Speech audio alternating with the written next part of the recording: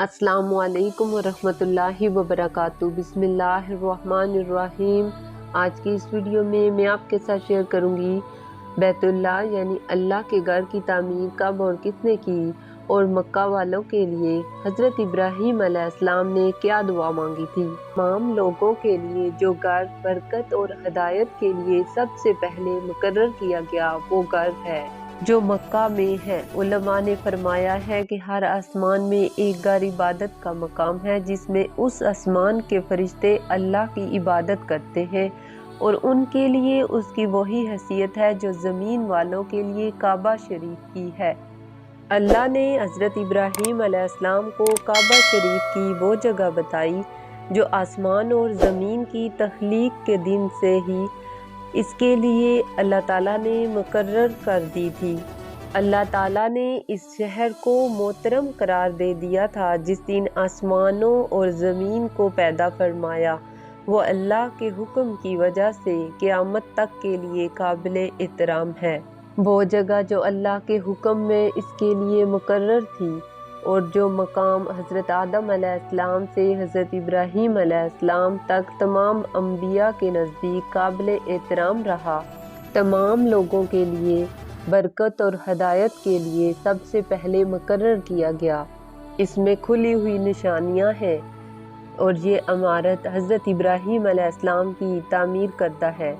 मकाम इब्राहीम, इससे मुराद वो पत्थर है जिस पर खड़े होकर हज़रत इब्राहीम अलैहिस्सलाम ने खाना काबा की तामीर जारी रखी।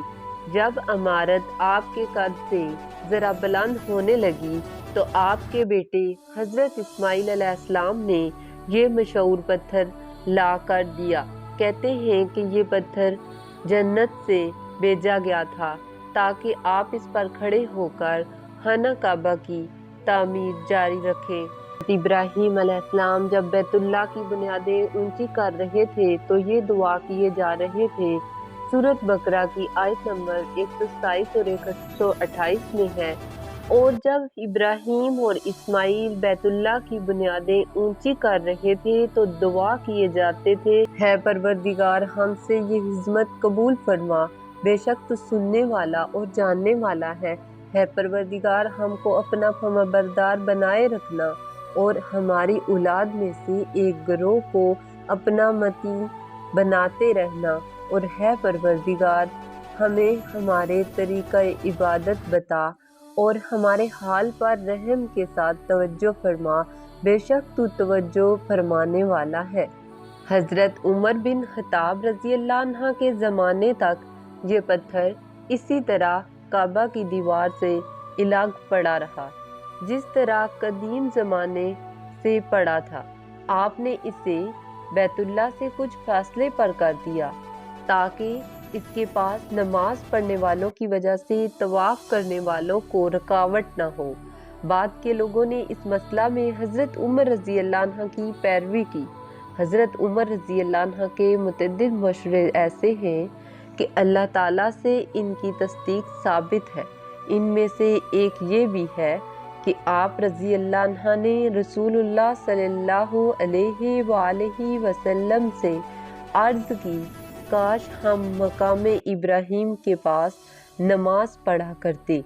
तब अल्लाह ताला ने सूरत बकरा में आयत नंबर 125 में हुक्म दिया कि जिस मकाम पर इब्राहीम खड़े हुए थे उसको नमाज की जगह बना लो। उन्होंने सिर्फ अल्लाह की रज़ा के लिए काबा की बुनियादों पर इमारत बनाई थी और वो दुआ करते थे कि अल्लाह ताला इनका ये नेक अमल कबूल फरमा ले।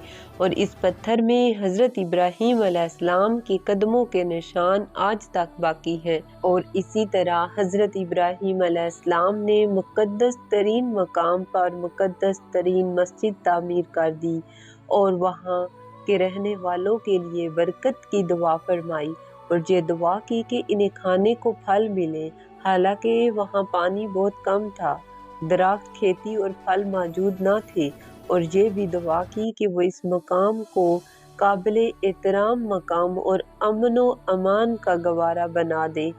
अल्लाह ताला ने आपकी ये दुआ कबूल फरमाई और आपने जो मांगा था और अल्लाह ने आपको अता फरमाया।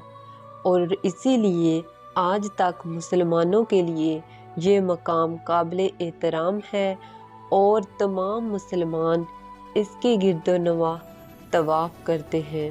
اور حضرت ابراہیم علیہ السلام نے ایک اور عظیم دعا فرمائی تھی کہ انہی میں سے ہی ایک رسول مبعوث فرما جو دونوں طرح کی نعمتیں حاصل کر سکے، یعنی دنیا کی نعمت بھی اور دین کی نعمت بھی، دنیا کی سعادت بھی اور آخرت کی سعادت بھی۔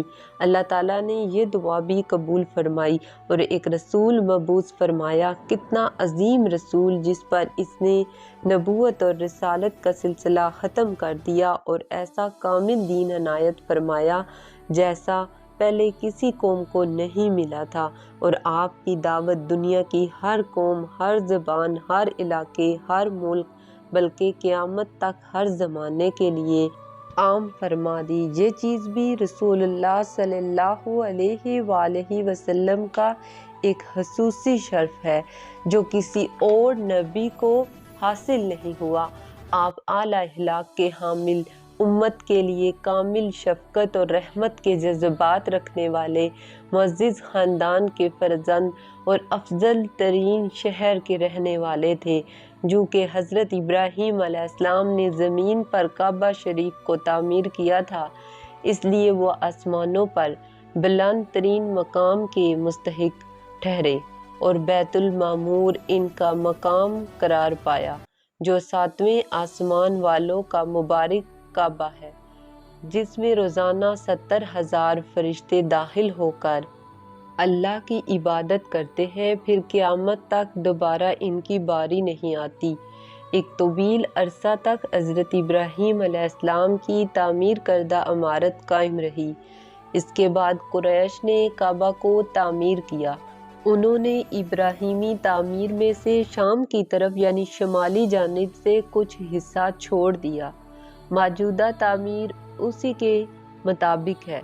حضرت عبداللہ بن زبیر رضی اللہ عنہ نے اپنے دور حکومت میں کعبہ شریف کو اسی طرح تعمیر کروایا تھا جس طرح انہیں ان کی خالہ محترمہ ام المومنین حضرت عائشہ رضی اللہ عنہ نے بتایا تھا کہ رسول اللہ صلی اللہ علیہ وآلہ وسلم نے یہ فرمایا ہے، جب 73 ہجری میں حجاج بن یوسف نے انہیں شہید کر دیا، انہوں نے مغربی دروازہ بالکل بند کر دیا، اسی طرح کعبہ کی وہ شکل بن گئی جو آج کل دیکھنے میں آتی ہے۔ اسی طرح حضرت ابراہیم علیہ السلام نے اللہ کے حکم کی تعمیل کرتے ہوئے ایک بہت بڑا کام سر انجام دیا۔